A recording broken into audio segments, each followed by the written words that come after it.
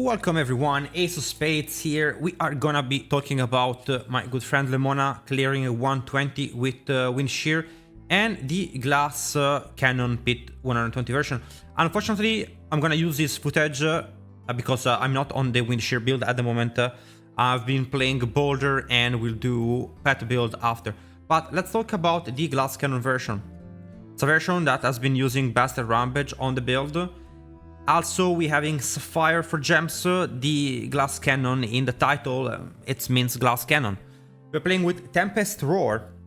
So why Tempest Roar instead of playing with the Godslayer helmet? The Godslayer helmet, while superior on speed farming and short bursts of damage, will prove less powerful when the enemies have no intentions of dying and will not die in 6-7 seconds. They will split up, then they will become immune to CCs, and the Godslayer will lose its efficiency. In this case, having Bastard Rampage and playing a build around that with Tempest Roar will increase your damage. We get more attack speed, more damage. The downside of that is we have to use Pulverize for the upkeep of Bastard Rampage. The build is a little bit more clunky to play, for sure.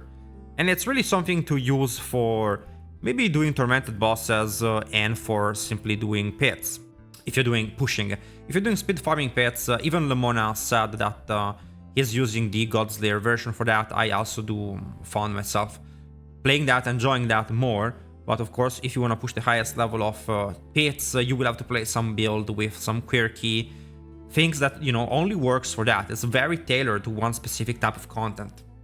Also, with the addition of course, Wild Heart Hunger Boots, you will have more damage, but you will have less access to Metamorphosis. The build will be slower at moving around, but and also more easily killable, I would say. You're more likely to get stunned and killed if your Earthen Bulwark is on cooldown, which is the only way to avoid being CC'd. So not great on that aspect, but a lot of damage. We are also using the aspect of Concussive Strike as it double dips on the bosses and on anyone that gets dazed. This type of aspect will work on the boss when they're staggered and should be about a 45-50% at most damage increase for the build on the stagger.